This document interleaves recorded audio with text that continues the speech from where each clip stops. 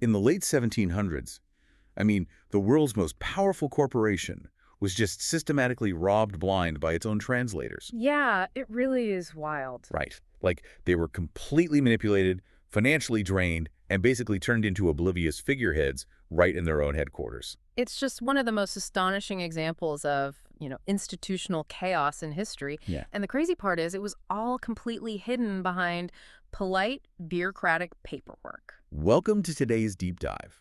For you listening right now, we are opening up the archives to uncover a story that reads less like a history lesson and, honestly, much more like a corporate thriller. Or a mafia movie, really. Exactly.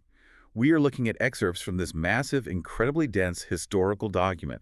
It's called the Fifth Report from the Select Committee on the Affairs of the East India Company. It is a heavy read for sure. It really is. And specifically, we're zooming in on the Madras Presidency, which was historically known as Fort St. George back in the late 18th century.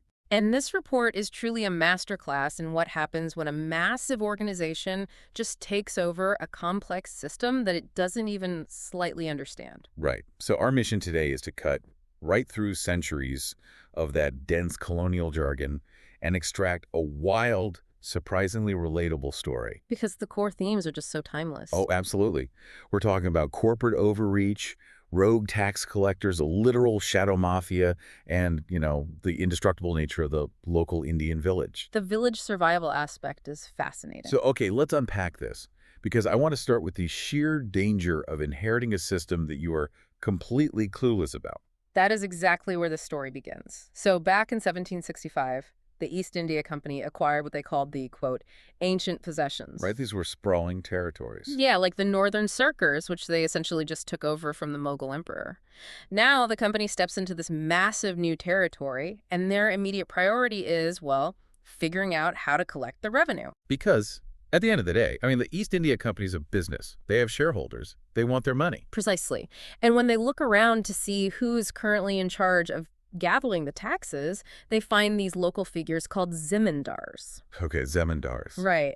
Now, to understand the catastrophic mistake the company is about to make, we have to look at what a zemindar actually was under the previous Muslim rule, like the Mughals and the Nizams. Right, because when you look at the historical records, their actual job description is very, very different from how the British treated them later on. Vastly different. So under the previous rulers, zemindars were essentially just officers of trust. Like managers. Exactly. They were accountable managers, officially known as khoris or chowdhuries, who were just hired to collect taxes and manage the agricultural output. But they didn't own the land, right? No, not at all. They did not own the land. They were strictly middle management. They were paid a percentage of the tax collection. And, if they didn't meet their quotas, they were frequently fired or just replaced. But by the time the East India Company arrives on the scene, that whole system had seriously deteriorated, right? Oh, it had completely fractured. During periods of imperial weakness, especially after the death of Emperor Aurangzeb in 1707, the central government's power across the Indian subcontinent really started to wane. And when the boss is away, the managers play. Exactly. When the overarching empire is crumbling, middle management starts taking liberties. So these tax collectors, the zemindars, start skimming off the top, and they started building up their own private military forces. Wow. Yeah, the archives mention specific groups like the Velmas, the Rachawars, and the Warriors, who basically established themselves in the hills and plains, and they just maintained armed retainers. Wait, I have to stop you there because I really don't understand how the British reacted to this. So the East India Company rolls into town. They see these middle management accountants who just happen to have hired some armed guards, and the company basically treats them like royalty. Yeah. Like they were the sovereign lords of the land. That is exactly what happened, yes. That is wild to me. Imagine for a second, imagine your neighborhood HOA president hiring a private militia, and suddenly the government officially recognizes them as the sovereign king of the subdivision. That's a great analogy. And then they just give them the deed to everyone's house. It's absurd. Why would the British just hand over the keys like that? They had their own armies. Well, what's fascinating here is why the East India Company made that leap.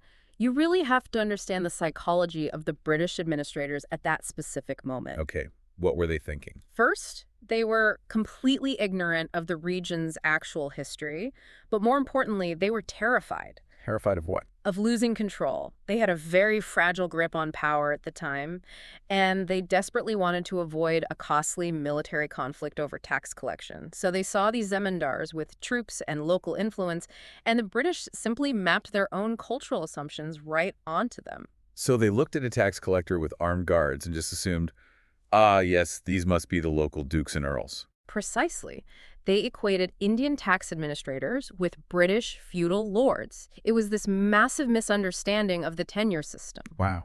Yeah, out of sheer administrative laziness and, a desire for a quick, friction-free way to collect revenue, the British formally recognized the zemindars as having hereditary rights to the soil. So they permanently altered property rights across millions of acres. They literally handed the land over to the people who were merely supposed to be auditing it. That is a staggering institutional failure. I mean, just massive. Yeah. But if the system was this broken out in the provinces with these fake kings running the show, what was happening to the actual people? That's the real tragedy here. Right, because we need to pivot down to the ground level. How did everyday society survive this kind of systemic mismanagement from the top? That is the crucial question. And the historical archives reveal this highly specific ancient municipal system at the village level that basically operated entirely separate from the drama of the zemindars and the East India Company. Because a village wasn't just, a random cluster of farmers growing wheat or rice. It was essentially a self-sustaining corporation. Yes, the records specifically describe these villages as complete townships or municipal corporations. They featured highly specialized roles. Like who? Well, you had the potail, who acted as the head magistrate and police chief. Then the kunnam, who was the village accountant keeping track of all the cultivation. And the tallier and toady, who basically functioned as local police and watchmen. And it wasn't just administration either. From the text, you had a boundary man to settle land disputes, an astrologer to declare lucky and unlucky days for sowing crops. You had a schoolmaster, a doctor. Everyone had a very specific job. Yeah, you even had a local smith, a carpenter, a potter, a washerman, a barber, and a cowkeeper. And, remarkably, I saw the village even supported a dancing girl, a musician, and a poet. Exactly. Every single role required for a functioning microsociety was accounted for. But how did that economy actually function? Obviously, they weren't getting funding or currency from the state. No, they operated entirely on an internal, non-cash economy. The state provided nothing, so the village provided for itself. So how did people get paid? These specialists, the doctor, the smith, the watchman, they didn't charge individual fees. Instead, they were compensated collectively by the village with specific, agreed-upon shares of the annual harvest. Or, sometimes, they were given small plots of rent-free land to cultivate themselves. Here's where it gets really interesting to me. Because they were so self-sufficient, their attitude toward the outside world was wild. I was reading through the source material, and it says the inhabitants cared absolutely nothing about the breaking up and division of kingdoms. It just blew my mind. It's a profound level of societal endurance, really. Right. I mean, empires fall, conquerors change, the East India Company shows up, zemindars pretend to be kings, but the village's internal economy just remains exactly the same. Unchanged. Yeah. The potail is still the magistrate. The boundaries remain the same. The records even show that sometimes a village would be completely wiped out by famine or war, and a generation later, the exact same families would return to the exact same spots and just restart the corporation. It's incredible to conceptualize, but you have to realize that extreme decentralization wasn't just a cultural quirk. It was a highly evolved survival mechanism. To protect themselves. Exactly. When the top-level rulers are constantly in flux, changing tax rates, going to war, making massive administrative blunders like handing over the land rights, the only way for the society to endure is to build an impermeable shell at the absolute lowest level. The village didn't rely on the state for justice or infrastructure or social services because the state was fundamentally a predator. Okay, but if the village is this perfectly sealed, resilient unit, how did the massive bureaucratic machine above it, meaning the zamindars and the company, how do they actually extract their wealth? By ruthlessly squeezing those producers at every possible juncture. There's really no other way to put it. And the math on this squeeze is just agonizing. Like, according to historical customs before the British arrived, the ryots, which is the term for the cultivators or the farmers, they were entitled to 1/2 to 2/3 of their crop produce. Depending on the crop, yeah. Right? Depending on the type of crop and how much irrigation it required. Yeah. That was the established social contract. But under the corrupt system, empowered by the East India Company, that share just plummeted. The records note that the farmer's share was routinely reduced to a mere one-sixth or one-fifth of the crop. Wow. Just imagine doing all the back-breaking labor, producing the food for an entire region, and your take-home pay is slashed from 50% down to maybe 16%. It's devastating. But it wasn't just the harvest being taxed, right? Not at all. The archives detail these things called sayer duties, and these were inland taxes on virtually everything: grain, cattle, salt, basically all the absolute necessities of life passing through the country. Just constant tolls. Yes, they were collected at multiple, completely arbitrary checkpoints by corrupt agents working for the zemindars. Because the East India Company had basically franchised out the tax collection, so there was zero oversight. The local agents could just do whatever they wanted. And what they wanted was cash, immediately, which created a really devastating financial trap. This is the part that really got to me. The renters, meaning the agents collecting for the zemindars, they would actually demand early tax payments before the harvest time had even arrived, Yeah. before the crops were even cut. Let's break down what that actually means on the ground. The farmer is being told to pay a massive tax, but they haven't harvested yet. So they have nothing to sell. Exactly, which means they have absolutely zero cash on hand. Right. And to avoid being thrown into confinement or having their cattle seized, the farmers were forced to borrow money from local moneylenders just to pay the early tax. And the interest rates on these loans were astronomical. The records show farmers paying 3, 4, and 5% per month. Stop and calculate that for a second. That is 36 to 60% annual interest, just to pay a tax on a crop you haven't even harvested yet. It's a complete, inescapable debt trap. Yeah. And if we connect this to the bigger picture, you can really see the massive macroeconomic failure of the East India Company's approach. This wasn't just cruel on a human level, it was disastrous economic policy. Because it just ruins the whole system. Right. The system actively punished industry, it debased local manufacturing, it ruined the region's overarching prosperity by treating the populace purely as an extraction resource. Just bleeding them dry. Yes, there was no investment in the land, no investment in the infrastructure, no investment in the people. The company was essentially draining the battery of the local economy as fast as possible and then acting completely surprised when the machine started breaking down. Now, for you listening, you might be thinking, well, the provinces were chaotic, but surely the East India Company had a tighter grip on their own headquarters in Madras. You'd hope so? Right. Like, if the rural areas were a mess, at least the corporate center was organized, right? You would think so, but the reality in the Jaghir, which refers to the territories immediately surrounding Madras, right in the company's backyard, it was arguably even worse. This brings us to what might be the most unbelievable part of today's deep dive, the shadow government. The East India Company had set up these provincial councils made up of European officials to manage the revenues and handle legal disputes around Madras. But there was a massive, critical flaw in their operational design. The Europeans didn't speak a single word of the local languages. Oh. The archives mention languages like Gentoo, Telinga, and Malabar. Yeah, and just for context, these are colonial-era terms. Oh, right. Gentoo and Telinga referred to the Telugu language, and Malabar generally referred to the Tamil or Malayalam-speaking regions. Got it. But the British administrators couldn't understand any of it. Not the spoken word, not the written ledgers. Which meant they had to rely entirely on native interpreters and domestic servants to conduct literally every piece of state business. And these intermediaries were called dubashes. But wait, I still don't fully understand. If the British had the military power and the ultimate authority, why couldn't they just bypass the dubashes and talk to the farmers directly? Because the dubashes controlled the flow of information. If a farmer came to complain about an extortionate tax, he had to speak to the dubash. Because the British guy wouldn't understand him. Right. The dubash would then turn to the European official and translate the farmer's plea into whatever narratives suited the dubash. The European, completely isolated by his inability to speak the language, just accepted the translation as absolute reality. So the dubashes essentially controlled the reality that the European officials lived in. Exactly. And the archives show how these dubashes banded together to form a formidable junto.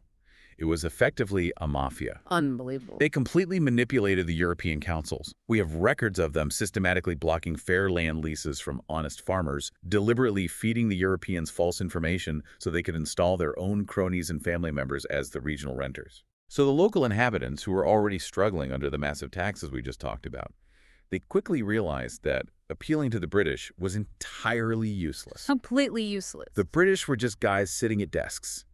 If you wanted anything done, you had to go through the Dubash. They used their exclusive access to the Europeans to create an aura of absolute unchecked power. The sheer arrogance of these intermediaries is perfectly captured in one very specific detail from the historical accounts. It notes that the Dubashes became so powerful and so bold, they literally sent their own private herds of cows to be fattened at the expense of their clients. It's just brazen. Right. They forced the local villagers to feed and care for their personal livestock for free. They made themselves the true arbiters of all local disputes, completely bypassing the actual government. It's a fascinating inversion of power. The conquerors basically became the captives of their own translators. I was trying to think of a way to explain this to a modern audience, and it's like, imagine relying on a highly advanced smart home operating system to run your entire life. It controls your digital locks, your bank accounts, your lights, your thermostat. But the AI is secretly draining your bank account, changing your passcodes, and feeding itself off your electricity grid. That's terrifying. And you can't stop it because you literally don't know the coding language it operates on. You are completely helpless in your own house, and the AI is the one actually in charge. That's a perfect way to look at it. And this raises an important question, one that the East India Company was eventually forced to confront. How can any leadership claim authority when they are entirely dependent on intermediaries who control the flow of information? You really can't. No, if you can't read the ledger and you can't speak to the farmer, you aren't actually governing. You're just a figurehead signing whatever piece of paper the translator puts in front of you. Which brings us to the final piece of the puzzle. How does a massive corporation finally realize its operating system is completely broken, and more importantly, how do they actually fix it? Well, it took decades of financial bleeding, but eventually Lord Cornwallis and the court of directors back in England started looking at the diminishing returns, the endless local conflicts, and the horrific reports of extortion. They couldn't ignore it anymore. Right. They realized that relying on these provincial councils and allowing Zemindar armies to run the countryside was an unsustainable disaster. And Lord Cornwallis explicitly points out the root cause of the corruption. He basically looks at the company's payroll and says, well, here's your problem. The East India Company paid its officials what he called trifling salaries. Right. They were paying their European administrators an absolute pittance, but placing them in charge of vast wealth, massive territories, and really complex tax systems. It is a recipe for instant corruption.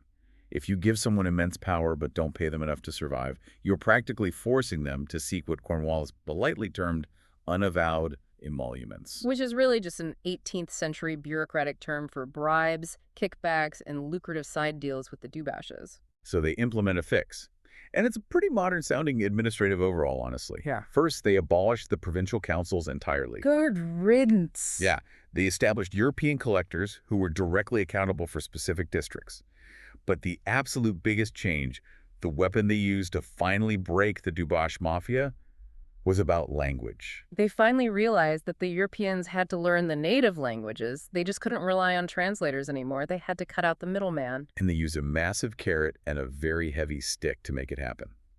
The company offered huge financial rewards, specifically 1,000 pagodas. That's a lot of money. Yeah, to give you context, a pagoda was a gold coin used in southern India. 1,000 of them was an absolute fortune for a civil servant. They offered this massive bounty to any company servant who passed a rigorous language examination in Persian, Gentoo, Telenga, or Malabar. And the stick was equally severe. They threatened to fire those who remained ignorant. Just straight up fire them. Yeah, the company effectively drew a line in the sand, basically saying, if you don't speak the language, you cannot be a collector, period. It was a hard-won recognition that true administrative control requires direct communication. You cannot outsource understanding. No, you really can't. So what does this all mean? For you listening to this today, it's very easy to look back at the 1700s and shake our heads at how naive or lazy or corrupt these colonial administrators were. But the lessons buried in these archives are incredibly sharp and relevant. Absolutely. First, ground-level truths are almost always completely different from top-down assumptions. The East India Company thought they were dealing with sovereign feudal lords. They were actually dealing with rogue middle management backed by private security. It's a huge distinction. Second, if you want high-level ethical governance, you have to compensate people fairly. Right. Whether it's the 18th century or today, you literally get what you pay for. And finally, true understanding requires cutting out the intermediaries. The Dubashes of the world will always leverage their position as translators to build their own power and manipulate reality. If you want to know what's really happening, you have to do the work to speak the language of the subject matter yourself. And that leads directly to a thought I'd like to leave you with, building off this idea of the Dubash. We look at this history and we clearly see the danger of relying on someone else to translate reality for us. But think about our world today. Yeah. In our modern ecosystem of algorithmic feeds, AI summaries, and highly curated news streams, who or what are our modern Dubashes? What hidden intermediaries are currently translating the world for you? And how much power are you unwittingly handing them simply because you haven't bothered to learn their underlying language? Wow. It really makes you wonder if our own modern operating systems are just as compromised as theirs were, leaving us staring blindly at whatever the algorithm decides to put in front of us. Until next time, keep diving deep.